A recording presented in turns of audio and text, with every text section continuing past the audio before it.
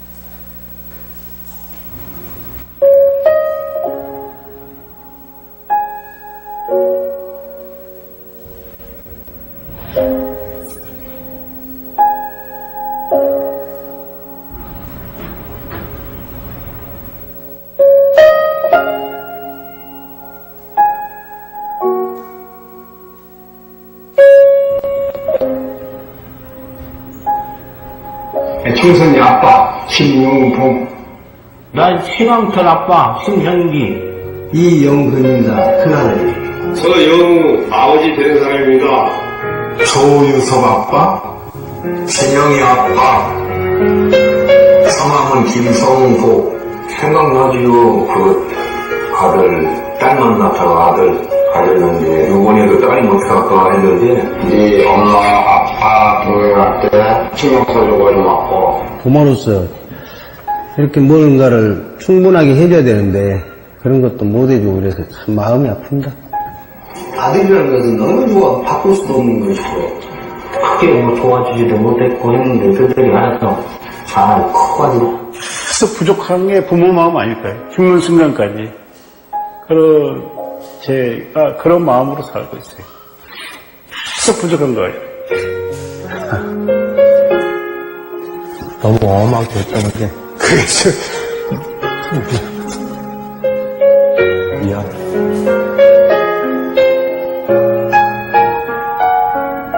항상 내가 부족하고 항상 미안해요. 걔한테. 미안하다. 참 모든 것이 부족하고 못 가르치고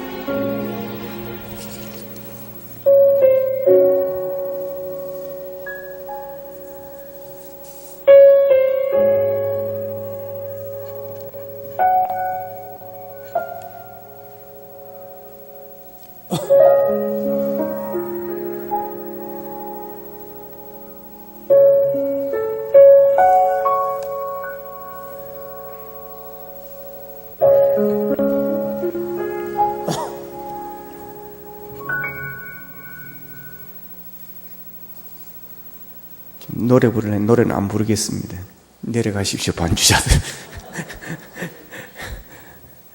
예. 오늘 어버이 주일을 마칠 때 부르겠습니다. 지금 울어버리면 설교를 못할 것 같아요. 어버이 주일입니다. 예, 참 목사로서 이런 설교할 때 부담스럽습니다. 아무래도 이제 오늘 설교하려고 하면 좀 부담이 들어야 되겠다 싶어가지고 어제 그제 어머니 찾아가서 하룻밤 같이 보내고 그래 왔습니다. 이제는 연로하셔서 이제 어머니 날에 몇 번을 더 찾아갈 수 있을까 그런 생각을 하면서 늘 찾아뵙고 그렇습니다. 그 어머니의 사랑, 부모님의 사랑을 어떻게 우리가 다 갚을 수가 있겠습니까? 한 홀 어머니가 아들만 바라보면서 어렵게 살고 있었습니다. 이 어머니는 그 아들의 정성을 다 쏟으면서 잘 자라주기를 바랬습니다. 그런데 이 아들은 자꾸만 삐뚤어졌습니다. 그러면서 이 어머니의 마음을 아프게 했습니다. 그러다가 이 아들이 군대 가게 됐는데 군대 가서 술을 마시고 난동을 부리다가 결국 동료 병사를 죽이고 말았습니다. 결국 군법회의에 넘어가서 사형 선고를 받게 되어집니다. 이 소식을 들은 어머니는 아들을 위해서 이 아들을 살리기 위해서 미친 사람처럼 백방으로 이렇게 뛰어다녔지만 아무런 소용이 없었고 어떤 힘도 쓸 수가 없었습니다. 절망에 빠진 이 어머니는 결국 한강에 몸을 던지고 목숨을 스스로 끊고 맙니다. 그런데 이 어머니가 얌전히 벗어놓은 흰 고무신 곁에 서투른 글씨로 써진 유서가 있었습니다. 유서 내용은 이렇습니다. 존경하는 사단장님, 제 아들 대신 제 목숨을 드려오니 받아주시고 제 아들을 한 번만 용서해 주십시오. 원래 착한 아이인데 제가 잘못 길러서 이렇게 된 것이니 내가 죗값을 받겠습니다. 제가 죽음으로 죗값을 대신하오니 제 아들을 제발 살려주십시오. 유서 내용은 이런 것입니다. 여러분, 이게 바로 어머니입니다. 이것이 바로 어머니의 사랑입니다. 여러분, 이것이 우리를 낳아주시고 길러주시느라 일생을 희생하신 한결같은 부모님의 사랑 아니겠습니까? 이런 사랑이 있었기에 오늘 우리가 존재하는 것입니다. 이런 부모님의 사랑을 받고 자식이 철이 드는 것이고 사람이 되는 것입니다. 그래서 하나님께서는 그런 부모님의 은혜, 그런 부모님의 사랑을 잊으면 안 된다라고 하십니다. 아주 강력하게 말씀하십니다. 오늘 보면 2절에서도 내 아버지와 어머니를 공경하라 그랬고 1절에서는 순종하라 그랬습니다. 여러분, 우리는 부모님을 공경해야 됩니다. 하나님의 명령입니다. 첫 번째 되는 계명입니다. 10계명이 있습니다. 하나님께서 주신 10가지 계명 중에 5번째, 앞에 4가지는 하늘을 향한 것이고 밑에 5번째부터는 땅에서 우리가 행해야 될 그런 일들입니다. 그 땅에서 행해야 될 그 첫 번째가 내 부모를 공경하라로 시작이 되어집니다. 부모님은 공경받아야 됩니다. 그런데 공경받지 못하는 부모들이 이 세상에 너무나도 많습니다. 또 부모를 공경하고 순종하기보다는 무시하는 그런 자녀들이 되게 많습니다. 부모님께 덤벼들고 부모님께 반말을 쓰고, 여러분 반말 가르치면 안 됩니다. 여러분, 어려서 2살, 3살 때는 그렇지 모르지만 3살 넘어가면 여러분 반말 쓰게 만들면 안 됩니다. 교육시켜야 됩니다. 여러분, 온말을 쓰게 하시기를 바랍니다. 또 심지어는 부모님께 덤벼들고 싸우는 그런 자식이 있습니다. 이 울산에는 없는데 서울에 그런 사람이 있더라고 보니까. 여러분, 이런 사람을 뭐라 하는 줄 아십니까? 저희 고향에서는 호로 자식이라고 그럽니다. 여러분, 예수 믿는 사람은 절대 호로 자식 이야기 들으면 안 됩니다. 그건 믿음 생활을 잘못하는 것입니다. 그건 하나님의 말씀대로 사는 것이 아닙니다. 그건 하나님의 말씀에 대한 불순종입니다. 절대로 그러면 안 됩니다. 그런 말 들어서는 안 됩니다. 우리 예수 믿는 사람들은 야, 다 자식들이 효자더라 이런 말 들어야 될 줄로 믿습니다. 신명기 27장 16절에 보면 그 부모를 경홀히 여기는 자는 저주를 받을 것이요 그랬습니다. 여러분, 하나님께서 부모를 무시하고 경홀히 여기는 자는 저주를 받는다 그랬습니다. 그런 아이가 잘 될 리가 없습니다. 그런 가정이 잘 될 리가 없습니다. 여러분, 출애굽기 21장 15절에 보면 자기 아버지나 어머니를 치는 자는 반드시 죽일지니라 그랬고, 신명기 21장 18절에서는 사람에게 악하고 배악한 아들이 있어 그의 아버지의 말이나 어머니의 말을 순종하지 아니하고 부모가 징계하여도 순종하지 아니하거든 21절 그 성읍의 모든 사람들이 그를 돌로 쳐 죽일지니 이같이 네가 너희 중에서 악을 제하라 그랬습니다. 예수 믿는 사람 부모님을 공경해야 됩니다. 그렇지 않으면 하나님께서 안 좋아하십니다. 기뻐하지 않습니다. 저주하신다 그랬습니다. 심지어 돌로 쳐 죽이라 그랬습니다. 율법시대, 구약시대에 그랬습니다. 이런 부모님을 잘 섬겨야 됩니다. 부모님을 편하게 해드려야 됩니다. 부모님을 기쁘시게 해드려야 됩니다. 우리는 부모님의 사랑에 진심으로 감사를 내고 부모님의 은혜에 진정으로 우리가 보답을 해야 됩니다. 먼저 부모님을 외롭지 않게 해드려야 됩니다. 이게 첫 번째 효도입니다. 어쩌면 노년에 외롭게 지내는 그분들에게 그것처럼 절실한 것이 없을 것입니다. 가장 견디기 힘든 병이 고독병이라고 그럽니다. 연세가 많으신 할아버지가 강가에서 낚시를 하고 있는데 발밑에서 이상한 소리가 들렸습니다. 그래서 들여다보았더니 개구리 한 마리인데 그 개구리가 말을 하는 것입니다. 그러면서 그럽니다. 할아버지, 저는 마법에 걸린 공주입니다. 저에게 뽀뽀를 한번 해주시면 아름다운 공주로 돌아가서 할아버지를 제가 행복하게 해드릴게요. 그 말은 이 할아버지는 기분이 너무 좋았습니다. 그래서 그 개구리를 호주머니 안에 집어넣고는 계속 낚시질을 했습니다. 잠시 후 호주머니 속에서 개구리가 또 이야기를 합니다. 할아버지, 저 마법에 걸린 공주라니까요. 저에게 뽀뽀만 한번 해주시면 제가 평생 할아버지의 공주가 되어드릴게요. 근데 할아버지는 허무해하면서 계속 낚시를 합니다. 공주가 다시 다급해 말합니다. 아니, 할아버지 왜 그러세요? 제게 뽀뽀만 한 해주면 내가 마법에서 풀려서 할아버지를 행복하게 해드린다니까요. 그러자 할아버지가 그럽니다. 이봐 개구리 아가씨, 나같이 나이 많은 영감에게는 예쁜 공주보다도 곁에서 이런 말 저런 말 종알종알 해주는 개구리가 더 훨씬 더 좋아. 그게 더 훨씬 행복해. 그랬습니다. 여러분, 자식된 우리들이 깊여 새겨 드려야 될 일입니다. 여러분, 부모님께 좀 종알종알 하시기를 축복합니다. 우리 부모님들의 노년에 얼마나 외롭고 힘들게 살아가십니까? 자식들에게 모든 것을 다 주고 남는 것은 늙고 병든 육신밖에 없습니다. 그래서 요즘에 옛 속담들이 많이 바뀌었다고 하지 않습니까? 젊어서 고생 사수도 한다가 요즘은 젊어서 고생 말년에 신경통이다로 바뀌고, 고생 끝에 낙이 온다가 고생 끝에 골병 든다로 바뀌었다고 하지 않습니까? 일생을 희생하신 부모님들을 우리는 어버이날이나 생신이나 명절에 찾아뵙고 용돈 선물 좀 전해드리면 효도가 다 끝난 걸로 생각합니다. 그러나 우리 부모님들에게 더욱 더 절실히 필요한 것은 자식들이 자주 찾아뵙는 것입니다. 그렇지 못하면 전화라도 자주 드리는 것입니다. 그러면서 늘 위로해드리고 잊지 않고 기도해드리고 사랑으로 숨기고 함께 시간을 보내면서 외롭지 않게 해드리는 것입니다. 그 다음 두 번째 효도는 부모님의 마음을 편하도록 모시는 것입니다. 부모님들의 마음을 편하게 해드리십시오. 무엇보다 그분들께 사랑을 고백하고 그동안 엉어리했던 감정도 풀시고 주님의 사랑으로 용서하고 화해하시고 그래서 남은 생에 그분들의 사랑의 행복 속에서 살아가시도록 마음을 편하시게 해드리셔야 됩니다. 그런데 우리의 가정은 흔히 고부 갈등을 많이 겪고 있습니다. 그래서 박강수 씨가 쓴 광수생활은 만화에 이런 내용이 있지 않습니까?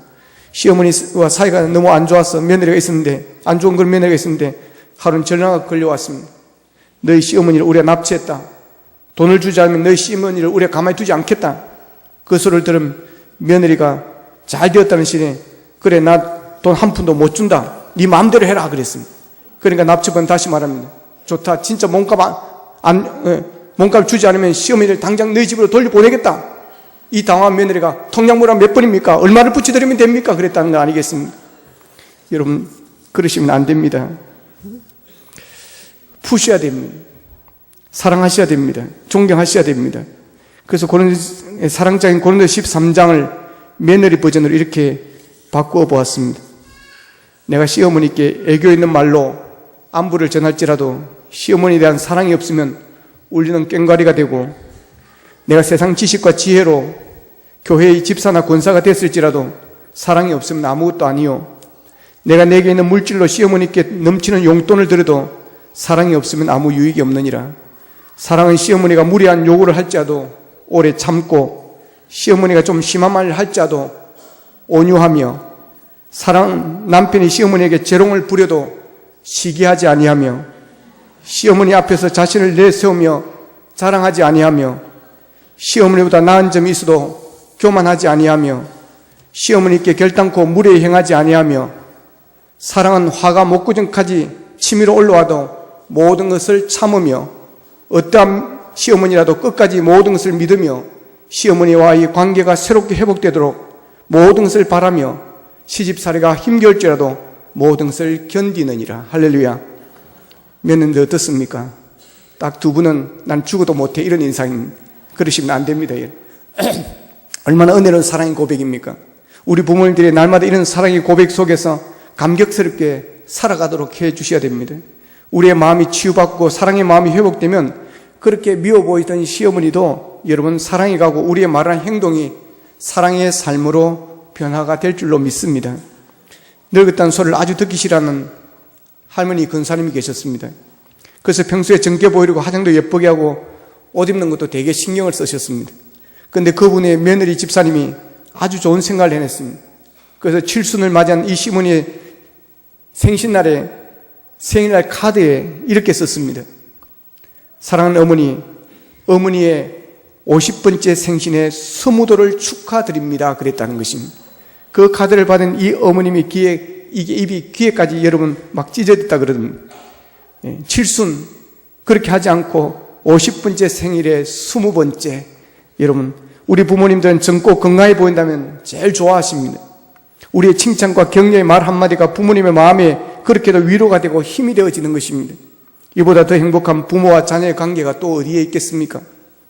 여러분 많은 말이 필요 없습니다. 돈이 많은 것도 아니고 많이 드는 것도 아니고 힘이 많은 것 드는 것도 아닙니다. 우리의 이 사랑 고백 한마디가 부모님께 큰 위로가 되고 힘이 되어지는 겁니다. 우리의 남은 여생 부모님이 살아계시는 동안 이 사랑을 고백하며 살다가 부모님이 세상을 떠나실 때도 마지막으로 꼭 고백해야 할 말이 있습니다. 하나님께서 아버지 어머니를 얼마나 사랑하시는지 아시죠? 우리도 아버지 어머니를 진심으로 사랑합니다. 천국에서 다시 만나요. 여러분 이 고백하며 떠나보낼 수 있기를 바랍니다. 그럴 때 우리 부모님들이 이 사랑의 감격을 안고 떠나가실 뿐만 아니라 우리도 평생 잊을 수 없는 사랑의 행복으로 남게 되어질 줄로 믿습니다. 세 번째로는 부모님의 건강을 보살펴 드리는 것입니다. 연세가 드실수록 갖가지 질병이 생겨나게 되어집니다. 평생 육신을 쓰다 보니까 낡고 병들 수밖에 없는데 이 부모님의 건강을 우리가 잘 살펴드리지 못해서 세상 떠나신 후에 후회하게 된다면 무슨 소용이 있겠습니까? 살아생전에 더욱 건강하게 잘 보살펴 드려야 됩니다. 백범 김구 선생이 상해 임시정부의 수석으로 있을 때 일이었습니다. 하도 먹을 것이 없은 때라 이 어머니가 장바다에 가서 시래기를 주워와서 그것을 깨끗이 씻어가지고 국을 끓여줍니다. 저녁 밥상에 그것을 내놨더니 김구 선생이 묻습니다. 어머니, 이 배추 어디에서 났습니까? 내가 시장에서 좀 주워왔다. 아이고 어머니, 제가 맹세끼 주석입니다. 제 체면도 챙겨 주셔야지 어머니가 시장 바닥에 가서 이런 시래기 주워서 되겠습니까? 이제 마음이 아파서 우스갯소리로 말씀을 드렸는데 이 어머니의 안색이 확 바뀌었습니다. 그러면서 이랍니다. 냉큼이나 내 종아리를 거드렸다. 어머니는 손에 회초를 들었고 입에서는 매몰찬 꾸지름이 흘러나왔습니다. 네가 언제부터 그다지 그렇게 교만하게 되었더냐? 회초리가 늙은 아들의 종아리를 사정없이 내리쳤습니다. 그때 김구 선생님이 매를 맞으면서 하염없이 눈물을 흘리는 것입니다. 그걸 본 어머니가 그럽니다. 다 큰 것이 울기는 왜 우느냐고 그럽니다. 그때 김구 선생님이 입을 열어 울며게 말합니다. 작년에 때리실 때보다 어머니의 매의 힘이 훨씬 빠져서 그렇습니다. 하루하루 늙어가시는 어머니를 생각하니 마음이 너무 아픕니다. 여러분, 우리에게 바로 이 마음이 필요합니다. 부모님이 기력에 쇠해지는 걸 보면서 우리가 가슴 아파하는 것입니다. 그러므로 이제 부모님의 건강에 관심을 가지고 우리가 돌봐드려야 됩니다. 건강을 위해서 부모님께 좋은 보약도 구해 드리시기를 바랍니다. 옛날에는 부모님의 건강을 위해서 추운 겨울에 삼삼을 캐러 헤매고 그런 분도 있었는데 여러분, 우리가 돈 주면 쉽게 살 수 있는 것 못 구해 드리겠습니까? 연로할수록 기력이 쇠해지니까 운동도 기피하게 되어집니다. 그러나 연세가 드실수록 운동은 더 필요합니다. 산책부터 시작해서 가벼운 조깅이나 등산이나 수영을 하시게 하면 좋을 것입니다. 운동은 연령에 맞춰서 해야 되는 것입니다. 기력이 다 떨어질 정도로 무리해서는 안 되는 것입니다. 기력이 세지고 감당하지 못하면 결국 쓰러지고 맙니다. 그러므로 부모님들의 건강에 조금만 이상이 생겨도 여러분 교회에 기도를 부탁하시고 병원에 모시고 가셔야 됩니다. 이처럼 우리 부모님들이 오래 사시도록 육신의 건강을 잘 보살펴 드리는 것도 건강, 여러분 효도입니다. 또한 부모님들의 연세가 드실수록 당신의 건강과 외모에 대해서 자신감을 잃게 되어집니다. 그래서 어떻게 해서라도 젊어 보이고 싶어 하는 것입니다. 그러니까 자녀들이 좋은 화장품을 사드리거나 주름살이나 검버섯 제거 수술 같은 것, 눈썹 문신 수술 이런 것도 좀 해드리면 좋을 것 같습니다. 그러면 대부분의 부모님들이 다 늙었는데 뭐 그런 수술을 해? 그러실 겁니다. 근데 속으로는 뭐라는 줄 아십니까? 너 언제 해줄 건데 그런다는 겁니다. 여러분, 부모님들 오래 사시도록 육신의 건강을 잘 보살펴드리고 우리 부모님들이 젊어 보이도록 해드리는 것 큰 효도입니다. 네 번째 효도는 물질의 부족함이 없게 해드리는 것입니다. 부모님들을 대상으로 설문조사를 했는데 그 설문조사에 의하면 제일 바라는 선물은 뭐니 해도 머니다라고 했답니다. 여러분, 현금보다 더 좋은 것이 없다고 합니다. 사실 돌이켜보면 우리 부모님들이 우리를 낳으시고 기르시면서 얼마나 많은 것을 쏟아부었습니까? 그런데 요즘은 캥거루족도 많다고 그럽니다. 결혼을 했는데도 부모님의 품을 떠나지 않고 부모님을 의지한다고 합니다. 여러분, 우리는 부모님의 은혜를 평생 갚아도 다 못 갚습니다.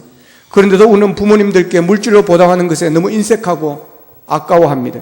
내 자식을 잘되게 하려고 학원비 보내고 과외비 보내고 학교 등록금 내는 것은 아까워하지 않고 빌려서도 투자하듯이인데, 여러분, 우리 부모님도 다 그렇게 해서 우리를 키우셨다는 것을 아십니까?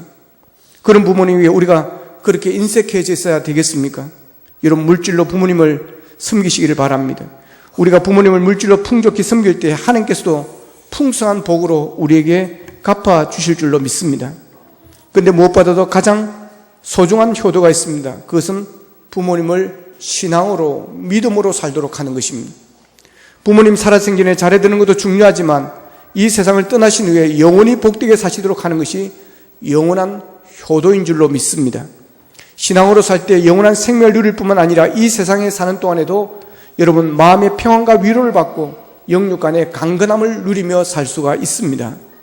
1996년 미국 타임지의 Faith and Healing이라는 신앙과 치유라는 타이틀의 글에 이런 글이 있습니다.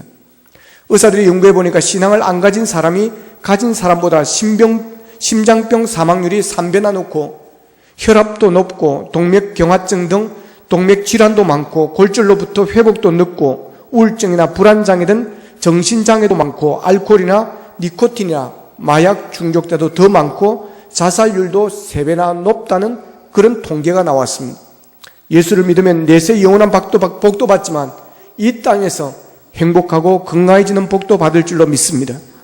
여러분, 효도 중에 최고의 효는 부모를 신앙으로 믿음으로 예수 그리스도를 만나 여러분 구원받게 하는 것입니다.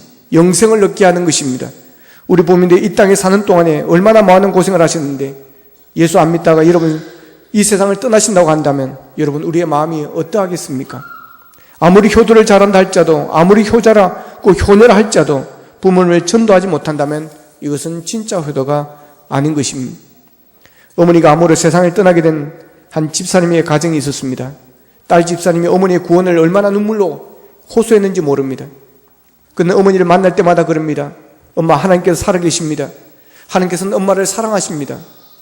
예수님께서 엄마의 죄를 용서해 주심을 믿기만 하면 구원을 받습니다. 엄마, 믿지 않으면 지옥의 불구덩이 속에 빠지게 돼요. 엄마가 지옥불에 빠져서 영원히 고통당하며 살려달라고 소리친다면 내 마음이 어떠하겠습니까? 엄마, 세상 떠나기 전에 꼭 예수를 믿으셔야 됩니다. 그렇게 수없이 눈물로 호소를 했지만 어머니는 마음을 열지 않았습니다. 그런데 어느 날 성령께서 역사를 하셔서 그렇게 왕하던 엄마의 두 눈에서 뜨거운 눈물이 흐르면서 고개를 끄덕입니다. 그래, 나도 네가 믿는 예수를 믿을게. 그러면서 영접 기도를 하고 예수님을 영접하였다는 것입니다. 그리고 며칠 뒤 그렇게 평안한 모습으로 미소를 지으며 하늘나라로 떠나셨다고 하는 것입니다. 그러니 이 딸이 얼마나 기쁘겠으며 이 어머니 또한 천국에서 눈을 뜨게 되었으니 얼마나 복을 받은 것입니까? 예수 안에서 죽는 자 복이 있다고 그러셨습니다. 영상학자 헨리 나우에는 그에 져서 사랑받는 아들이라는 책에서 우리 부모님들이 세상을 떠나시기 전에 꼭 우리가 확신시켜 드려야 할 두 가지 고백이 있다고 그렇게 기록합니다.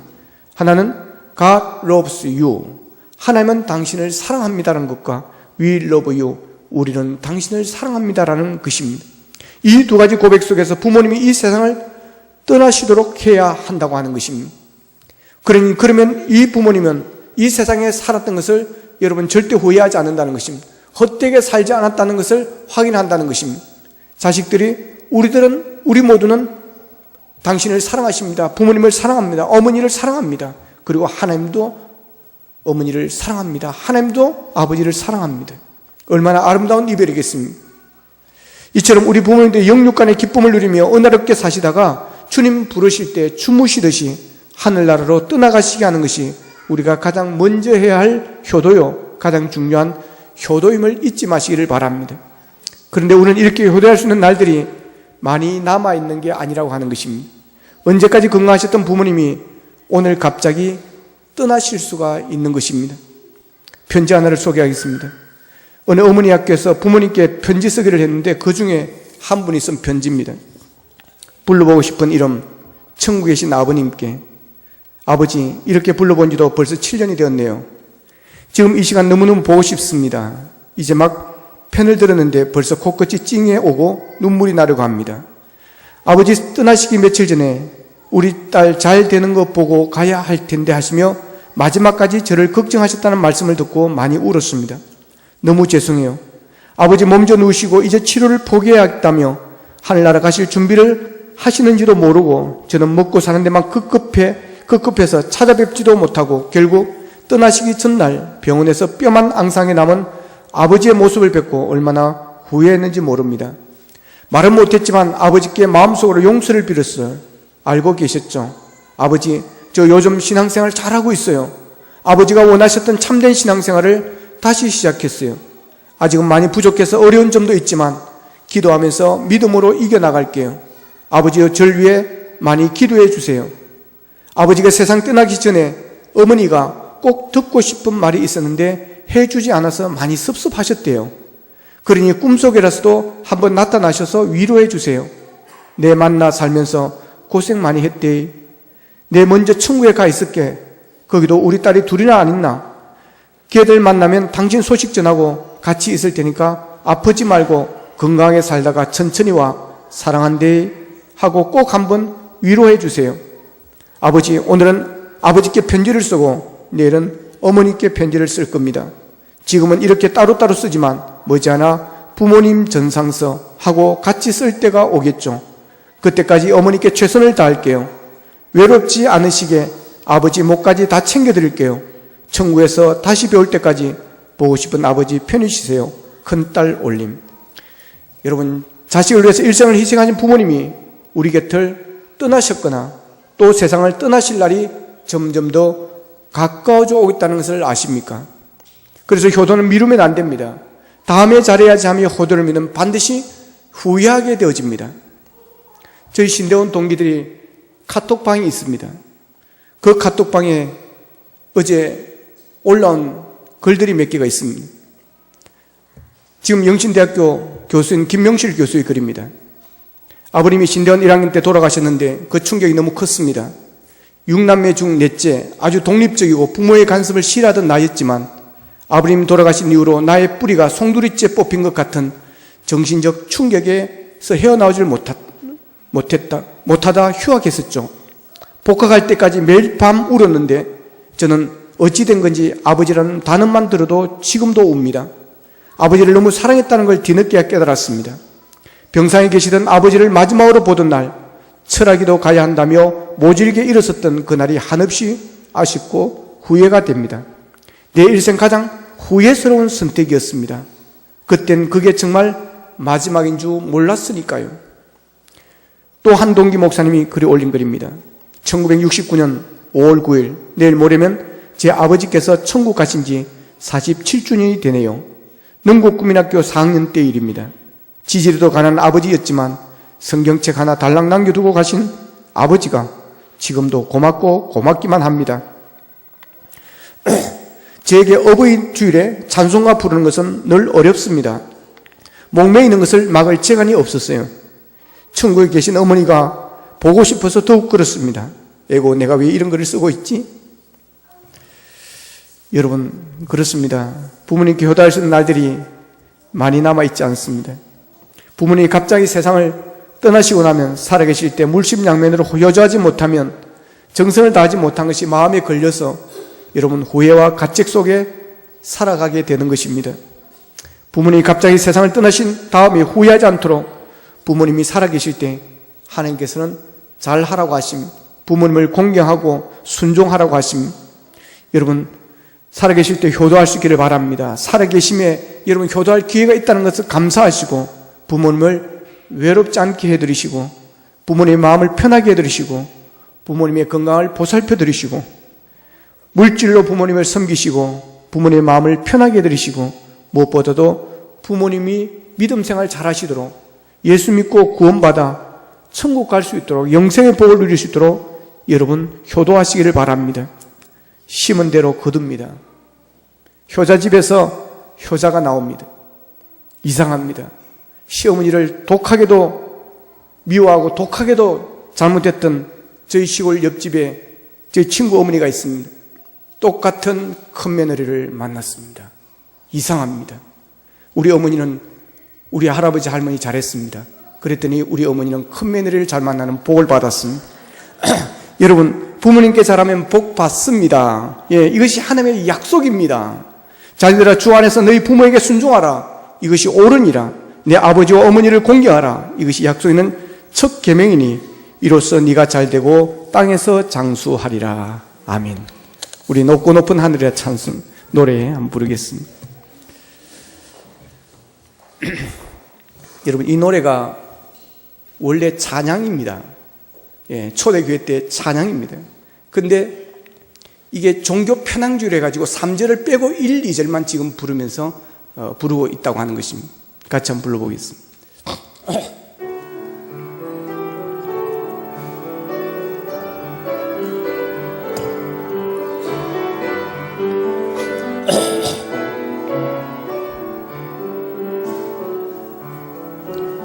높고 높은 하늘이라 말들 하지만 나는 높은 게 또 하나 있지.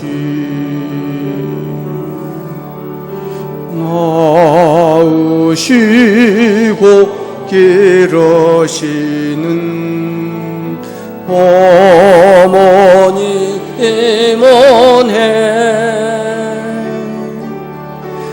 푸른 하늘 거보다도 높은 것 같아. 늙고 넓은 바다라도 말들 하지만 나는 넓은 게 또 하나 있지. 사람 되라 이러시는 어머니의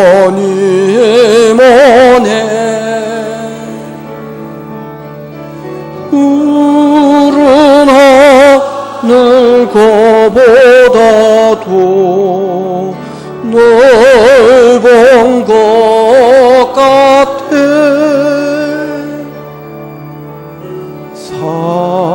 산이라도 바다라도 따를 수는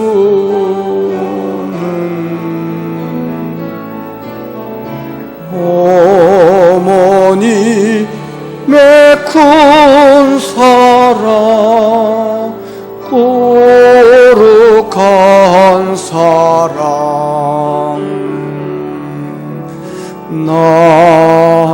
날마다 주님 앞에 감사드리네. 버리자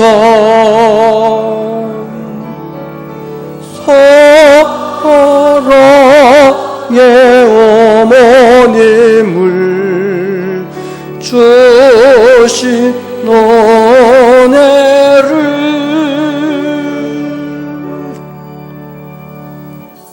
함께 기도하겠습니다.